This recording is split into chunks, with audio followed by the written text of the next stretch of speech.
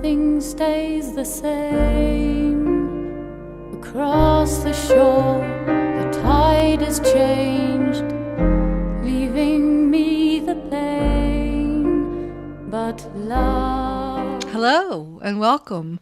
We are in Eskimo and we are with a wonderful exhibition by one of our visionary artists, Louis Caracello. So, Louis, tell us a little bit about yourself, about how you came to Florence and became part of this new Renaissance, and your artistic visions that followed. Coming to Florence, besides being fun, was inspirational. The town is based on the Renaissance. It was famous. It was the world, the hub center of art and culture during the Renaissance. And I've been here 5 years, and I feel an inspiration to work and be prolific. Back in the States, in my hometown, my comfortable environment, I rarely worked on my own personal art. Here, I was destined to. There was someone yelling. It was like a siren calling. You need to do this, and I think that feeling is something that affects Florence. It's a little creative bowl, and that may have been what sparked the Renaissance. It may be what keeps these people going and keeps it a wonderful place. But we need to all feel it, take advantage of it, and get prolific and start making things. Do what we want. Starting back, how I came to Florence was my daughter came here as a student. We visited. Found the city beautiful and enticing. Went back to America, thought about it some more. My son then came to school for a semester or a whole year.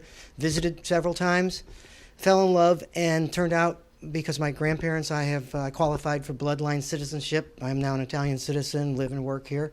And it's not any easier than any place else in the world, but it's a lot more fun. As far as vision for my art, I've always been an artist. I work commercially as an artist for 25 years. Maybe in the last 6 years, I've kind of devoted myself more to my personal expressions.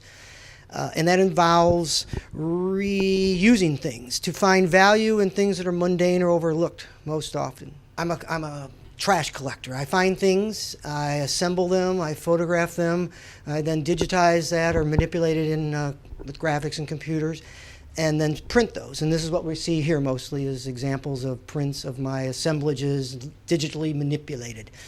And it sounds like I'm dealing with the past, with graffiti or trash or items that are discarded, but the future has to do with the past. The future has to do with things that exist now. In the future, maybe all cars will be trash. What are they going to do with all those cars if we don't use streets anymore, if we don't need to get anywhere by mechanical propulsion? So I think anyone with an eye to the future must also keep an eye on the present and the past and think of ways that we might utilize our resources again and again and again. I hope I open that idea or enlighten people to that through the use of my art and the use of refuse items, and just making them aesthetically pleasing, I think, is good for now, but at some point they will be our resources. In the future, I think a lot of things we've materialized now will be here a long time. They're not going to go away, and we'll have to find other creative ways to use them. And I hope to be a spark of inspiration in that. Well, how do you see the future? Just kind of let your mind reel ahead maybe 20 years or even 30 or future generations. What is your dream or your vision? What would you like to see? The future, to me, is coming, regardless of our worry, our disdain for the change, the transition.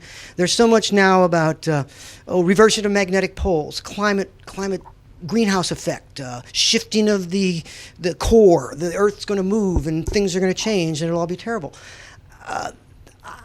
That could happen, but mankind will survive and we will be in the future. And I think right now everyone is inundated with the data or information flow.